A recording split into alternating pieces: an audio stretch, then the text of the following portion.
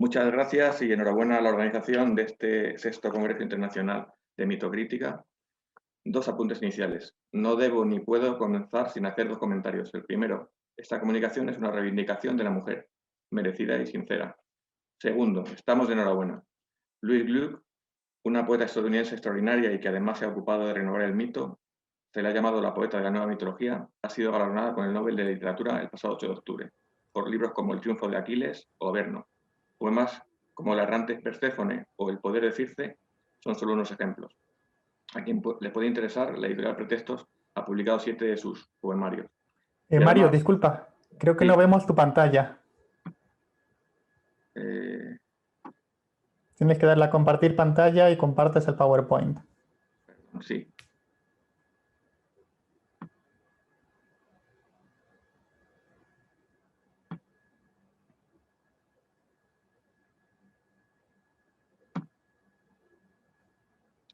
Ahora, Ahora tampoco. Ahora sí, ahora sí. perfecto. Aunque ahora mismo están... Ahora, perfecto.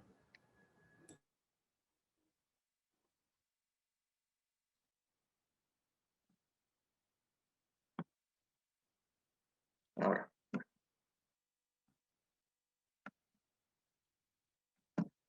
Me había quedado hablando de del último premio Nobel, si no recuerdo mal, y también estaba comentando que hace pocos días se entregó el Princesa de Asturias de las Letras a la poeta canadiense Anne Carson, también muy comprometida con el mito. El término afrofuturismo fue acuñado por el crítico Mark Derry en 1993. Engloba arte, estética, filosofía o incluso política, desde una perspectiva cultural de color que se pone de manifiesto a través del cine, la literatura o la música.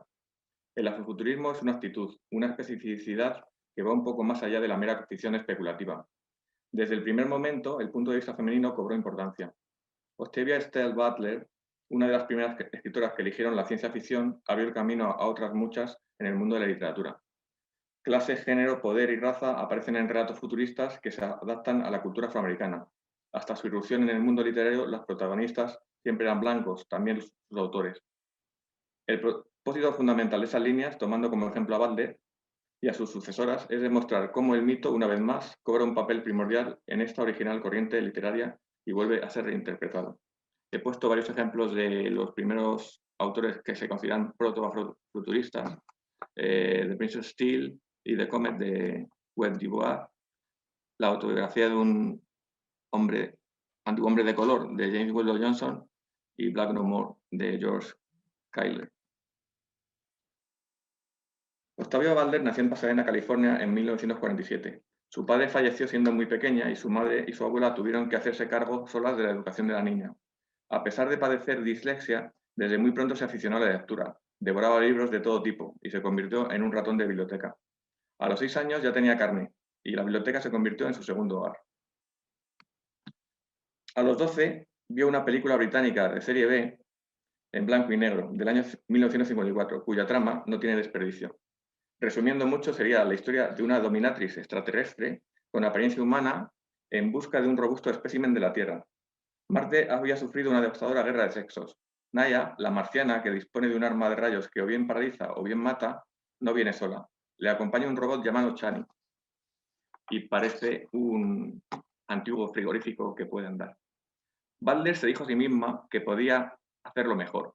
Con 13 años envió su primera historia a un concurso. Tenía pocos amigos y era solitaria. Encontró refugio en la escritura y en la lectura. Desde pequeña aprendió mejor escuchando que leyendo. Leía muy despacio. Escuchaba cada palabra para poder recordarla. Pidió prestados cursos y libros en cintas de cassette para aprender a su ritmo.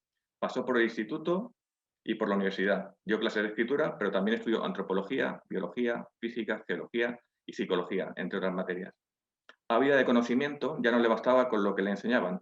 Se hizo autodidacta para convertirse en una persona educada. Pionera en el género de la ciencia ficción, pese a que no le gustasen las etiquetas, Butler publicaría 13 libros. Obtendría los prestigiosos premios Nebula y Hugo, la beca MacArthur, la medalla de Langston Hughes y el PEN por toda su vida. Consiguió escribir a tiempo completo y vivir en la literatura. Lamentablemente falleció en 2006 tras una caída al salir de su casa. La obra de Butler es interesantísima por varias razones. Lo que nos ocupa aquí es su profundo conocimiento de la mitología y cómo lo emplea en su obra. En una de las primeras diapositivas que les he mostrado aparece su biblioteca, repleta de toda clase de libros. Llaman poderosamente la atención algunos relativos a la Biblia, la mitología o la religión. Butler siempre se documentaba muy bien para escribir. Tampoco dudaba en hacer autostop para visitar el Gran Cañón o viajar hasta Perú para familiarizarse con lo que luego iba a plasmar en sus novelas. Octavia Butler va a realizar una relectura brillante del mito de Lilith. A Lilith se le han otorgado más de 100 nombres. Su historia es una manipulación del todo interesada. Lilith le preguntó a su compañero, ¿por qué he de acostarme debajo de ti? Yo también fui hecha con polvo de inmundicia según algunas fuentes, y por consiguiente soy tu igual. Adán trató de obligarla a obedecer a la fuerza, pero Lilith pronunció el nombre mágico de Dios, se elevó en el aire y le abandonó. Soy tu igual, dijo, y exigió esa igualdad. Es tremendamente moderno que una mujer se revele de esa forma, que reivindique sus derechos. Por eso no es de extrañar que se considere a Lilith la primera feminista, la insubordinada, pero también la ninfómana, una maga sexual. Su origen aparece en los pueblos asirio-babilónicos y aparece también en la mitología mesopotámica. Se la menciona en el poema de Gilgamesh. Eva, nacida de la costilla de Adán, no sería la primera mujer, sino Lilith. Otras versiones hablan incluso de que la madre de la humanidad sería la tercera. Lilith abandona el paraíso y se va al Mar Rojo. Allí se une a Samael, un ángel caído con quien engendra íncubos y súcubos. En la mitología mesopotámica no se le había relacionado con el viento que comunica enfermedades e incluso la propia muerte. En la mitología griega se ha asociado con la diosa Hécate, simbolizando la noche y también con Lamia. La mención con las Sagradas Escrituras, en las Sagradas Escrituras de Lilith o Lilitu se ha discutido. Aparece en Isaías, por ejemplo.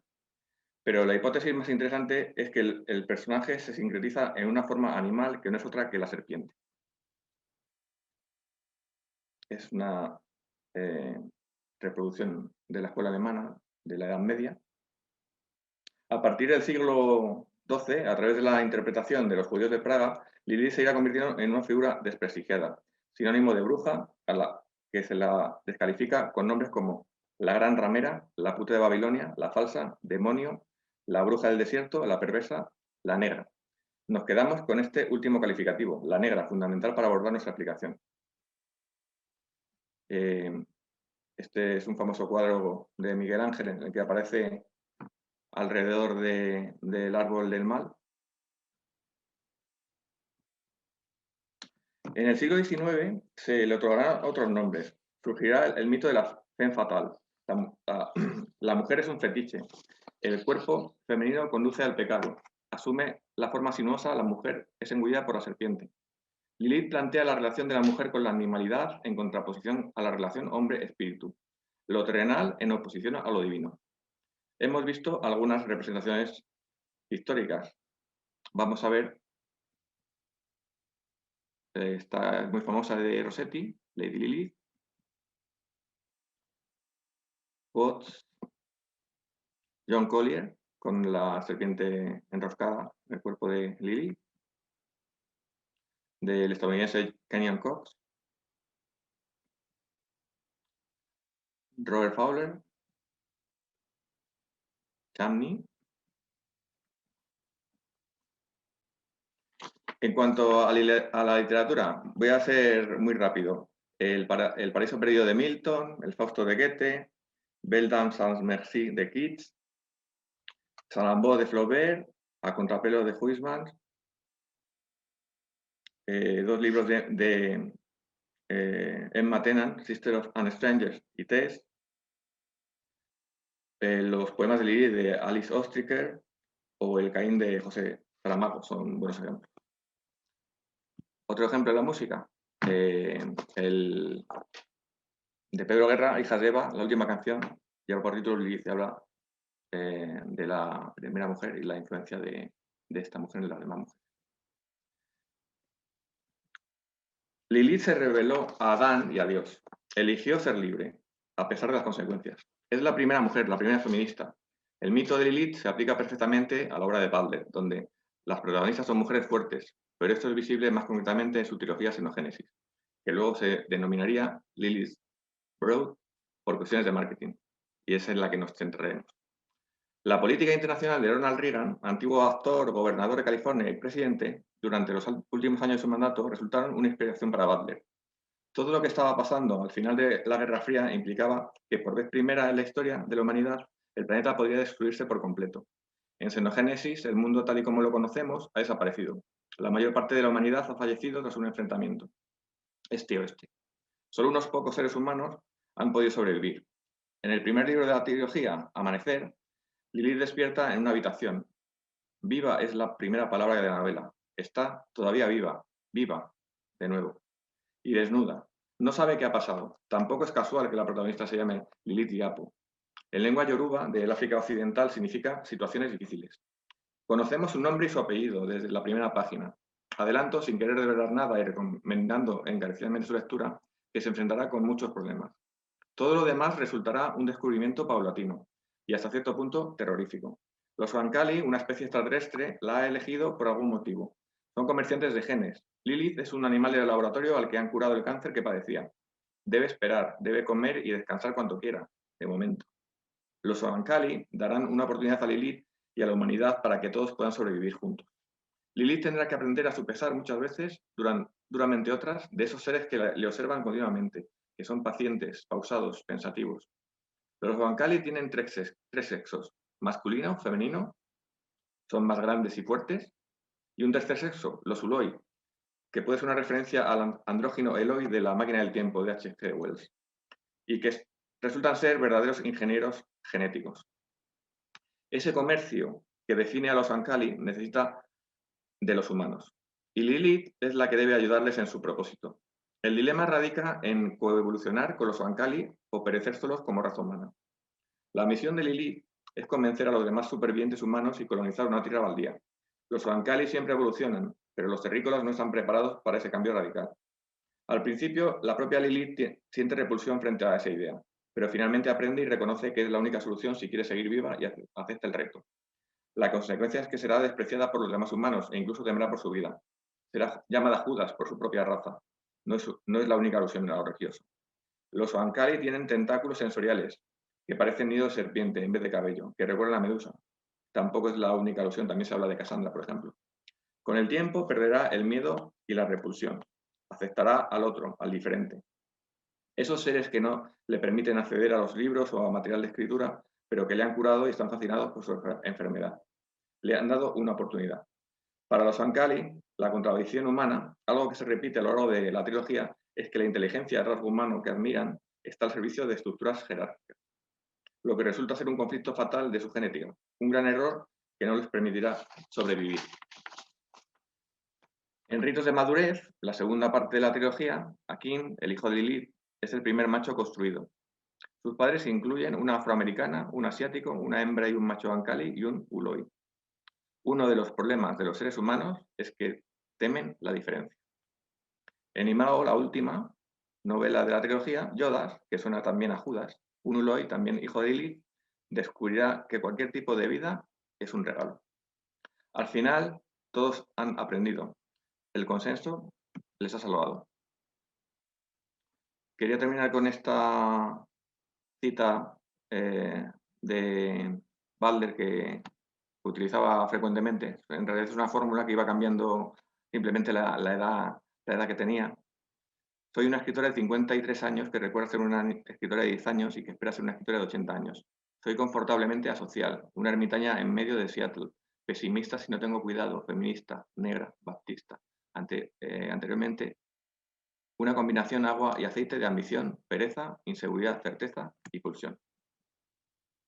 ¿Cuáles son las conclusiones?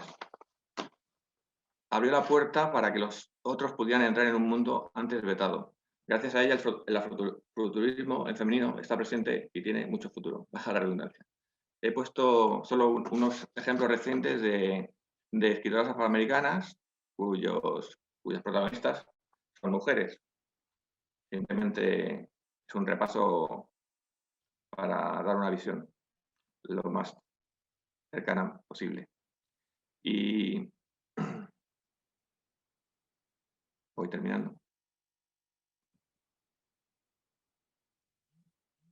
Muchas gracias por todo.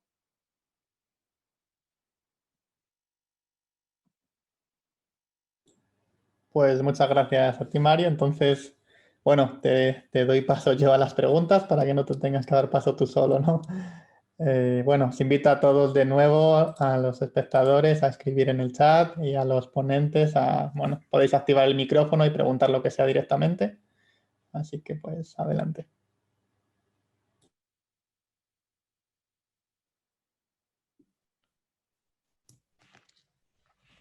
Muchas gracias, Mario. Yo te quería hacer una preguntilla, si no se anima nadie más por el chat, que veo que de momento no hay ninguna.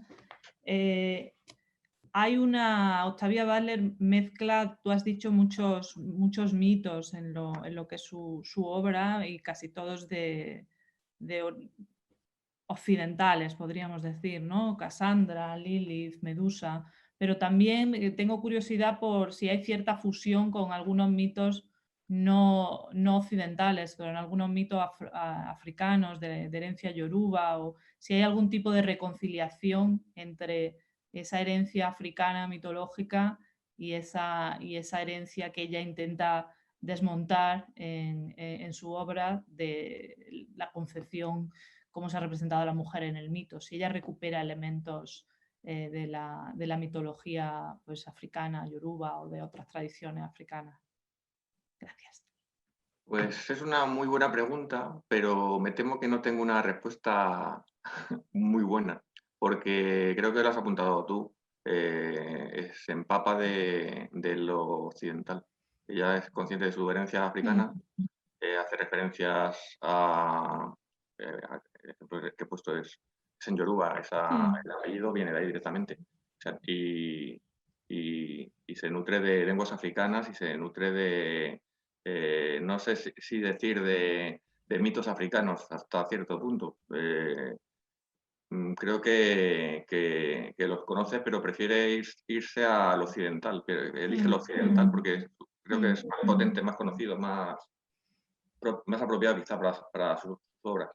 No conozco todas las obras como yo quisiera, me he centrado No, te más preguntaba en la esta en trilogía, concreto. No te pero la sensación que tengo es esa.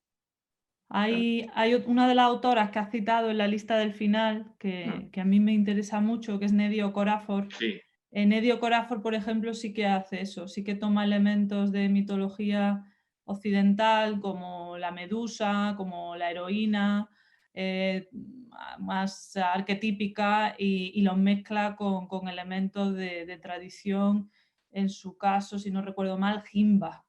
En esa novela, en Nnedi Okorafor, en lo que es su trilogía Vinti, que es una trilogía también. Se ve que a la ciencia ficción le van las trilogías en muchos casos. Sí, bueno, también sabes. Como ella es el gran antecedente, Octavia Butler, de toda esta generación de nuevas escritoras que están ahondando en todo lo que es el afrofuturismo, pues quizá la más característica, pues bueno, tenía curiosidad porque hace mucho que la leí y no recordaba yo tampoco alusiones míticas. Bueno, luego también hace, disculpa que te he interrumpido, hace también en sí hace alusiones directas a lo que es la mitología. O sea, a la mitología le parece lo mismo que cuentos. Ya hay una cita por ahí que tengo anotada, que el mito es igual que un cuento, que los cuentos de brujas o los cuentos de los niños pequeños. Eso es la mitología, en palabras de Lilith, en la obra. No sé si con eso te he contestado. Sí, por supuesto. Muchas gracias. Muchas gracias. Lo único es lo que decías de las trilogías. Octavia Butler también es de trilogía. Por desgracia, cuando falleció estaba a punto de terminar otra trilogía, la de las parábolas, pero se quedó sin terminar. Y bueno, y tiene mucho sentido. Yo me he centrado más en la primera novela de la trilogía, que es Amanecer, pero todas tienen su encanto, sobre todo por la perspectiva. En el primer libro es la perspectiva de Lily, y en el segundo y el tercero Lily aparece, el mito sigue apareciendo, pero está narrado en la segunda novela Akin y en la última Yoda. Y es, digamos, podríamos simplificar: punto de vista femenino en la primera, punto de vista masculino en la segunda, Uloi, que es un constructo, en la última. Y bueno, para terminar, pregunta por el chat Marisol Reyes, que ¿cuál sería tu recomendación para empezar a conocer el afrofuturismo? como dice la Biblia, al principio fue el verbo, hay que empezar. Yo empezaría por Butler, de momento. Y bueno, lo que he hablado de proto-afrofuturismo es interesante leerlo, porque es de principios del siglo XX, desde la obra que comentaba de Du Bois, es de 1908-1910. O sea, era un precursor en todos los ámbitos. Es interesante. Y las otras 3 obras también son muy interesantes. Pero bueno, Butler yo creo que además le va a llamar mucho la atención. Yo soy admirador de las mujeres, ya lo he dicho, y es un punto de vista interesantísimo. Del típico libro que no puedes parar de leer porque es súper atractivo, no estás anhelando a ver qué va a pasar. Y es muy enriquecedor, muy sabia. Yo creo que sobre todo que enseña muchas cosas en las 3 novelas de esta trilogía. Bueno, y aparte en las demás novelas, cada novela tiene su historia. Me ven ahora hablando un poco de, ya no mitología, sino religión. Una de las novelas últimas, la protagonista se crea su propia religión y digamos que la exporta a otros planetas. Es una idea tentadora.